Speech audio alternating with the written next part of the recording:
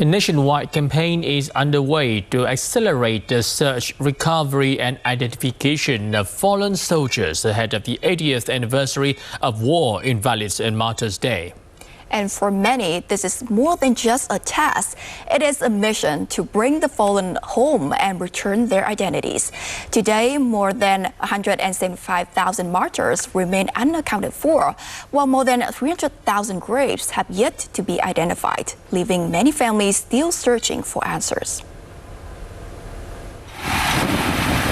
At Tây Trang Border Gate in Điện Biên Province, the remains of Vietnamese martyrs and military experts who sacrificed their lives in Laos have returned home after more than half a century, a long-awaited return to their homeland. This is the happiest moment for our family after years of searching. Our grandparents never got the chance to see this day, but at last we have found our loved ones and brought them home. To recover these 9 sets of remains, search teams traveled through 126 villages in 6 provinces of northern Laos, often trekking 1 to 2 days through remote areas to reach the search sites. Since the wars ended, extensive efforts have been made to search for and identify fallen soldiers. Much of the easier work has already been completed, leaving more challenging cases behind. The ongoing 500-day campaign aims to recover 7,000 sets of remains and identify around 18,000 more.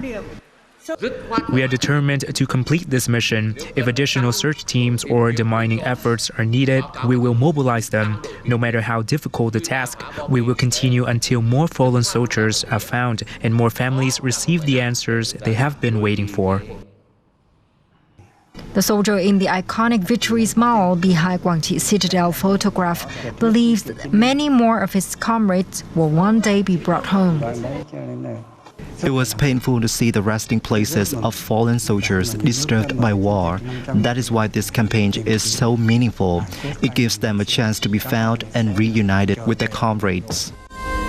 Just 2 months into the campaign, the results are bringing hope to many families.